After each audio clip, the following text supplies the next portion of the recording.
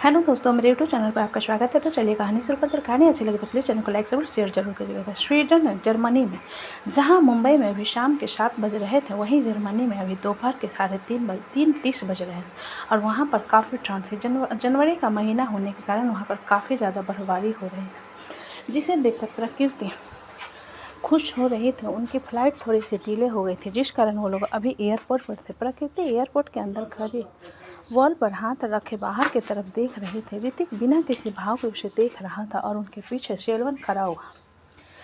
प्रकृति सिर घुमाकर ऋतिक की तरफ देखते हुए बोली, क्या तुमने टैक्सी बुक किया है? नो, कार आ रही है, ऋतिक ने जवाब दिया। जिसे सुन प्रकृति उसकी तरफ देखते हुए बोली, हम यहाँ कितने दिन रहने वाले हैं? तुम कितने दिन रहना चाहती हो? ऋतिक ने पूछा, जिसके जवाब में प्रकृति कुछ पल सोच कर बोली, नहीं, यहाँ पर बहुत ठंड है, मैं इतने मोटे कपड़े पहन कर नहीं रह सकती। कोई बात नहीं, होटल रूम में चल कर तुम उतार देना, वहाँ देखने वाला भी कोई नहीं। ऋतिक ने थोड़ी फ्लर्टी टोन में, जिसे सुन प्रकृति उसे घूरते बोले, तुम बहुत बड़े बेशर्म हो, कपड़ों से दिक्कत की बात तुम कर रही हो और बेशर्म में हो गया स्ट्रेंज। ऋतिक ने हल्की मुस्कान के साथ कहा। प्रकृति ऋतिक से और कुछ कहते उससे पहले वहाँ पर एक 28 साल का लड़का ब्लैक बॉडीगार्ड सूट में भागता हुआ आता है। वो काफ़ी हैंडसम था और दिखने में फॉरेन लग रहा था। वो लड़का भागकर ऋतिक के सामने खड़ा हो जल्दी से बोला, sorry boss, there was a lot of traffic. Selvan उस लड़के की बात सुन बोला, Nick, don't make that mistake again Nick. Selvan की बात पर जल्दी से अपना सिर हिलाकर बोला, ओके बॉस। प्रकृति जो कि निक को देखे जा रही थी, ऋतिक की तरफ देखकर बोली, तुम्हारे सारे बॉडीगार्ड इतने हॉट कैसे हैं? क्या तुम उसे लाइन मार रही हो? ऋतिक ने आंखें छोटी करके कहा, जिसे सुन प्रकृति चमकती आंखों से ऋतिक की तरफ देखते हुए बोली, मैं लाइन मार सकती हूँ, देख कर कहीं करंट में चिपक कर मत जाना। ऋतिक ने उसके हाथ को पकड़ कर कहा, जिस पर प्रकृति मुंह बनाते हुए निक से कुछ कहने के लिए अपना मुंह खोलती है, जिस पर निक पहले ही उसके आगे अपना सिर झुका लेता है। ऋतिक निक के बगल से जाने से पहले उसकी तरफ देखकर बोला, you wanted to lead the rest of the guards, I am giving you chance, don't be seen as long as I am here Nick. Nick Hrithik की आवाज़ में हल्के गुस्से को भाप कर जल्दी से बोला, I am sorry boss, made a mistake, it's not your fault, I am giving you chance. Hrithik ने निक को इग्नोर कर एयरपोर्ट से बाहर जाते हुए प्रकृति मुड़कर निक के उदास चेहरे को देखने के बाद ऋतिक से, तुम सच में बहुत बड़े पापी हो। बेचारा उदास हो गया। उसकी तरफ देखना बंद करो, वरना जब तक हम यहाँ हैं तुम उदास रहने वाली हो, क्योंकि मैं तुम्हें बेडरूम से बाहर निकलने नहीं दूंगा, कपड़े भी पहनने नहीं दूंगा। ऋतिक ने प्रकृति को धमकाते हुए कहा, जिसे सुनकर प्रकृति हैरानी से ऋतिक की तरफ देखते हुए बोले, तुम अकेले में मुझे टॉर्चर करने लेकर आए हो? वो मैं यहाँ भी कर सकता था और कोई मेरा कुछ नहीं उखाड़ सकता। ऋतिक ने प्रकृति को गाड़ी के अंदर धक्का देते हुए, जिसे देखकर प्रकृति आराम से बैठने के लिए भी कह सकते हो ना, तुम्हें देखकर मुझे गुस्सा आ रहा है। ऋतिक ने उसके बगल में बैठते हुए कहा, जिसे सुन प्रकृति ऋतिक को इग्नोर करते हुए बोली, हाँ तो तुम्हारे चेहरे पर वे हीरे जवाहरात नहीं लगे जो तुम्हें देखकर प्यार आएगा। इतना कहकर प्रकृति अपने हाथ में पहने ग्लव्स को निकालने लगती, जिस पर ऋतिक उसके हाथ को पकड़ कर कहता है, ठंड है, सर्दी है, हाँ हो जाएगी। प्रकृति ऋतिक की बात पर उसकी तरफ देखते हुए, सुनो, मैं ऑनलाइन देखा था, यहाँ पर इग्लू से बना हुआ एक खूबसूरत सा बेडरूम है, वहाँ चलेंगे। ऋतिक प्रकृति के बात सुनकर बोले, क्या तुम ठंड में एक्सरसाइज करना चाहती हो ताकि पसीने ना निकले? जिसे सुन प्रकृति ऋतिक से अपना हाथ छुड़ा कर बोले, तुम ना सच में बहुत बेशरम हो। ठीक है, शर्म तुम कर लो, मैं बेशरम ही ठीक हूँ। ऋतिक ने टैब निकालते हुए कहा, जिसे देख प्रकृति शीशा नीचे कर सिर बाहर निकालते बोले, चल्लू बेबी, जल्दी चलो। सेल्वन ऋतिक की तरफ आकर विंडो पर नॉक करता है, जिस पर ऋतिक सेल्वन की तरफ देखता है तो सेल्वन शांत आवाज़ में कहता है, आपके लिए रॉयल होटल बुक कर दिया है, मैं गाइड्स के साथ आ रहा हूँ। प्रकृति सेल्वन की बात पर बोली, लेकिन ऋतिक घूर कर प्रकृति की तरफ देखने के बाद सेल्वन की तरफ देखकर सिर हिलाकर ड्राइवर की तरफ देखता है तो ड्राइवर कार स्टार्ट कर देता है और उनकी गाड़ी होटल की तरफ चली जाती है। Side royal palace hotel. Hrithik प्रकृति के हाथ को पकड़े अपने लग्जरियस VIP रूम के अंदर आता है। उनका सामान होटल अटेंडेंट अंदर रख कर बोले जाते हैं। प्रकृति ऋतिक के हाथ छोड़कर पूरे बेडरूम को देखने के बाद वॉशरूम को देखने जाती है, फिर ऋतिक की तरफ देख कर कहती है, मैं शावर ले रही हूँ। ऋतिक फ़ोन में बात करते हुए अपना सिर हिला देता है, तब प्रकृति सारे कपड़े बाहर फेंकते हुए अंदर चली जाती है। ऋतिक एक नज़र उन कपड़ों को देखने के बाद बैग से गर्म कपड़े निकाल बाहर रखकर दरवाजे पर हल्का खटखटा कर बोला, तुम्हारे लिए कपड़े रख दिए हैं, ठीक है, थैंक यू, डिस्टर्ब मत करो। प्रकृति ने अंदर से कहा, जिसे सुन ऋतिक 2 मिनट दरवाजे को घूरने के बाद अपना लॉन्ग जैकेट उतार कर सोफे के हैंडल पर फेंक देता है। उसने अंदर high neck full sleeve black T shirt पहन रखा था और नीचे ब्लैक पैंट है, जिनमें वो कतई जहर लग रहा था। उसके नाक और गाल ठंड की वजह से हल्के लाल पड़ गए थे, जिस कारण उसका रंग और ज़्यादा गोरा लग रहा था। वो चुपचाप अपना फ़ोन स्क्रॉल करते हुए सोफे पर बैठ जाता है।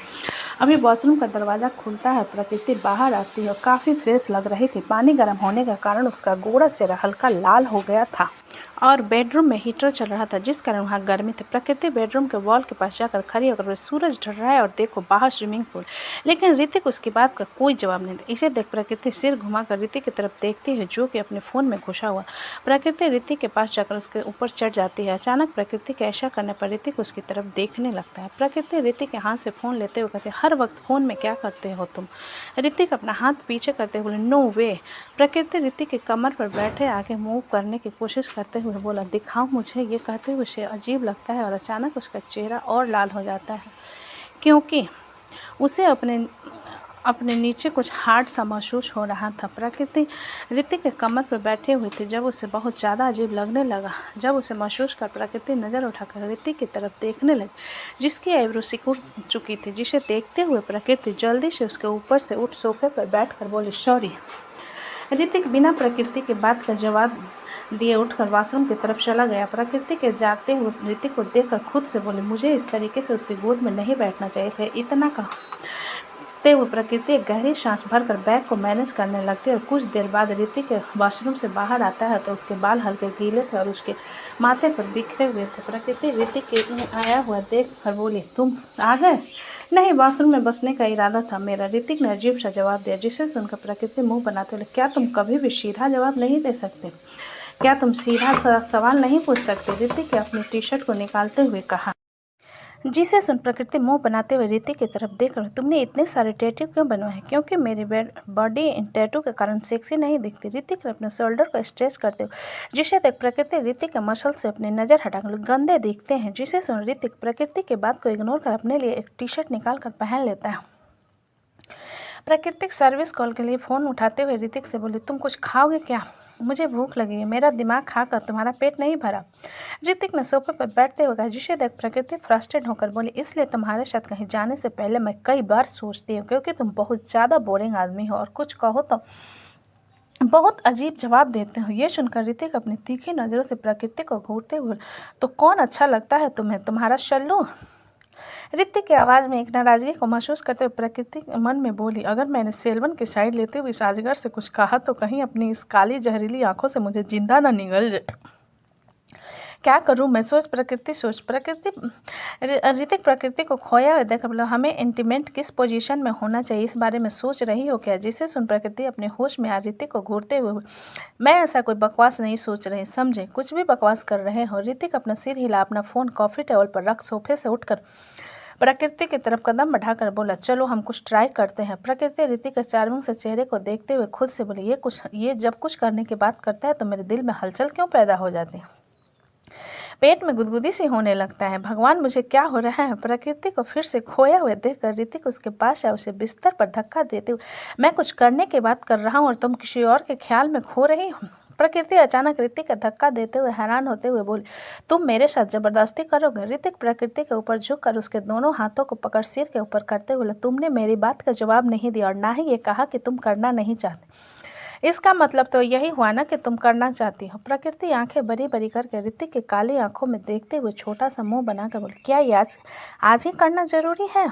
हमें मुश्किल से आए 2 घंटे हुए हैं। ऋतिक हल्का सा अपना चेहरा झुका प्रकृति के कानों में अपने होठों को फिराते हुए बोला, मैं हर रोज़ ये कर सकता हूँ। जिसे सुनकर प्रकृति अपनी आंखें कसकर बंद करते हुए, लेकिन मैं हर रोज़ नहीं कर सकती। ऋतिक प्रकृति के घबराहट को देखते तिरछा मुस्कुरा उसके कान पर किस करने लगता है, जिस कारण प्रकृति की सांसें तेज हो जाती हैं और ना चाहते हुए उसके मुंह से सिसकियाँ निकल जाती है। ऋतिक प्रकृति को मोइनिंग भरी आवाज़ को सुनकर उसके दोनों हाथों को एक हाथ में पकड़ चेहरे को सीधा कर उसके होठों पर अपने होठ रख देता है और उसे डीप किस करने लगता है। ऋतिक प्रकृति के गाल पर हाथ रख उसके जो लाइन को धीरे धीरे चलते हुए किस करने लगता है।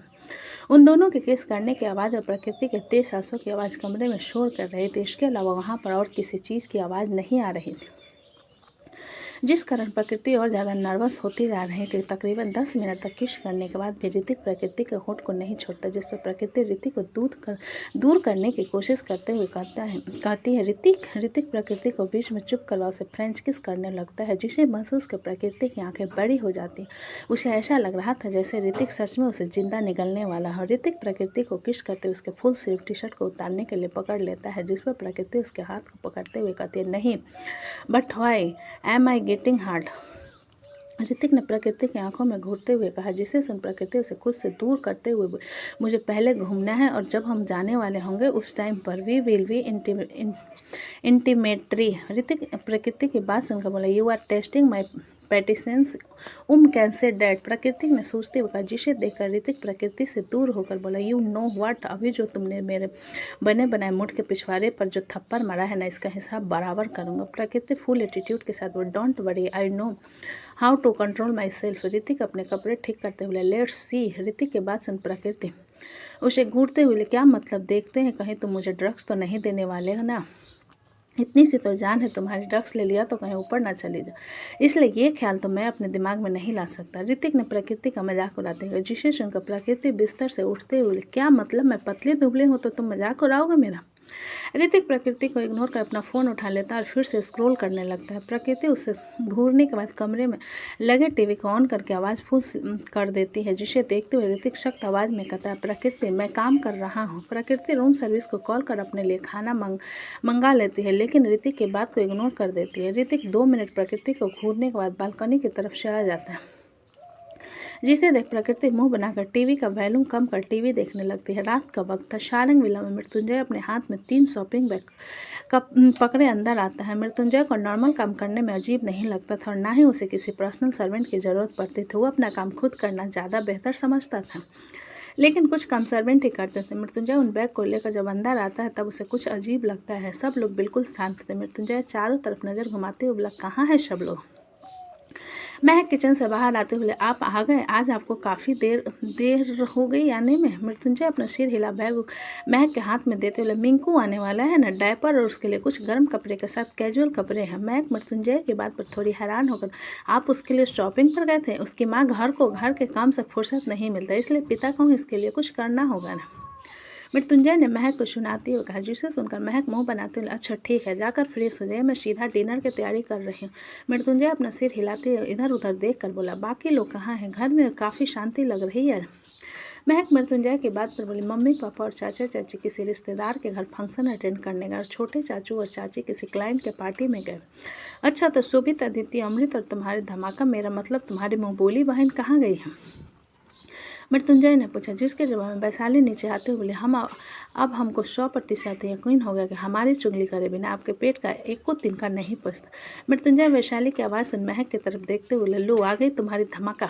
हाँ हम आ गए ना, तो पूछो क्या पूछना है, हम बताएंगे। वैशाली ने मृत्युंजय के सामने खड़े होकर कहा, जिसे सुन मृत्युंजय बोला, मैंने महक से पूछा तुम्हारा पति परमेश्वर और देवर देवरानी कहाँ गए हैं, तो अब तुम ही बता दो। तो सुनिए, हमारा पति गया है अपनी मीटिंग में और आपका फ़ोटो कॉपी गया है अपनी बीवी को लेकर डेट पर, जो आप कभी भी नहीं किए हो, जबकि वो आपका लल्ला भी पैदा हो गया ना।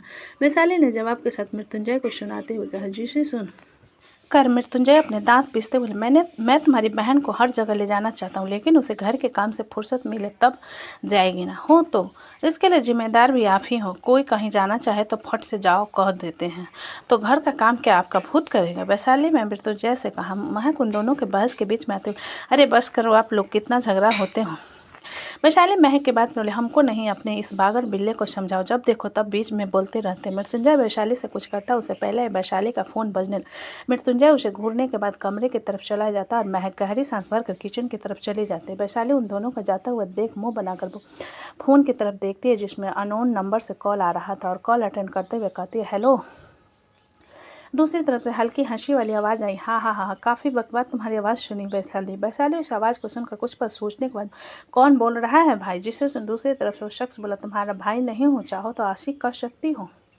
जिसे सुन वैशाली फ्रस्ट्रेट होकर बोली, अब इस साले तुम्हारी सारी आशिकी उतार देंगे, बता रहे हैं, जब पिछवाड़े पर डंडा लगाएंगे, बोल कौन रहा है, सीधा सीधा बोलेगा तुम्हारी। दूसरी तरफ से सख्त आवाज़ में बोला, सुन तुम्हारा पति हमारे पति को लेकर हमको ब्लैकमेल करने की कोशिश मत करो, वरना तुम चाहे आसमान में रहो चाहे पताल में रहो, हम तुमको खोज कर निकालेंगे और साला ज़मीन पर पटक पटक कर मारेंगे। वैशाली ने चीखते हुए कहा। उसके चिल्लाने की आवाज़ सुनकर महक किचन से बाहर आकर, क्या हुआ वैशाली? वैशाली महक से कुछ कहते उससे पहले दूसरी तरफ से वो आदमी बोला, अगर तुम अपने पति को जिंदा देखना चाहती हो, जहाँ बुला रहा हूँ आ जाओ। इतना कहकर कॉल कट हो जाता है। वैशाली फ़ोन को घूरने लगती है, तभी टिंग की आवाज़ के साथ उसके फ़ोन में लोकेशन आ जाए। महक वैशाली को फ़ोन को घूरता हुआ पाकर फिर से बोले, क्या हो गया वैशाली? वैशाली बाहर की तरफ जाती, हम आ रहे हैं। महक जल्दी से आगे जाकर वैशाली के हाथ को पकड़, तुम पागल हो गई हो? इस हालत में कहाँ जा रही हो, वो भी इस वक्त? वैशाली महक की तरफ मुड़कर देखते हुए, अमृत को किसी ने किडनैप कर लिया है। जिसे सुन महक आंखें बड़ी हो करते हुए बोली, हाँ हमको भी कॉल आया था, एड्रेस मैसेज किया गया है, हम उसके लेकर आते हैं। वैशाली ने महक से अपना हाथ छुड़ा कर कहा, जिसे देखते हुए महक जल्दी से वैशाली के हाथ को पकड़ कर अपना सिर नहीं में हिलाकर बोली, मैं उन्हें बता देती हूँ, तुम मत जाओ। आप कैसी बात कर रही हो दीदी? हमारा पति वहाँ मुश्किल में और आप कहती हो कि हम ना जाएँ? हम जाएंगे, वैशाली ने जिद करते हुए कहा। तभी मृत्युंजय नीचे आते हुए, अब रात को किसका नींद हराम करना चाहती हो? मृत्युंजय की आवाज़ में महक उसकी तरफ देखते हुए, अमृत भाई किडनैप हो चुके हैं। जिसे सुन मृत्युंजय के चेहरे का एक्सप्रेशन बदल कर महक को देखते हुए बोला, आर यू किडिंग मी? यहाँ पर कोई फ्रैंक चल रहा है जो हम आपसे मजाक करेंगे, वो भी इस हालत में? हमको अभी फ़ोन आया था कि वो किडनैप हो गया है। वैशाली ने फ्रस्ट्रेट में, जिसे देखते हुए मृत्युंजय गहरी सांस भरकर महक की तरफ देख कर बोला, वैशाली को लेकर जाओ, मैं पता लगाता हूँ। वैशाली अपना फ़ोन मृत्युंजय के सामने रखते, हमारे पास लोकेशन है और आपको लगता है कि हम मजाक कर रहे हैं? हमारा पति मुश्किल में है। तो दोस्तों कहानी कैसी लगी मुझे कमेंट में लिखा। अच्छी लगे तो प्लीज़ चैनल को लाइक करें, सब्सक्राइब करें और ज़्यादा से ज़्यादा शेयर करें। कहानी को पूरा सुनने के लिए धन्यवाद।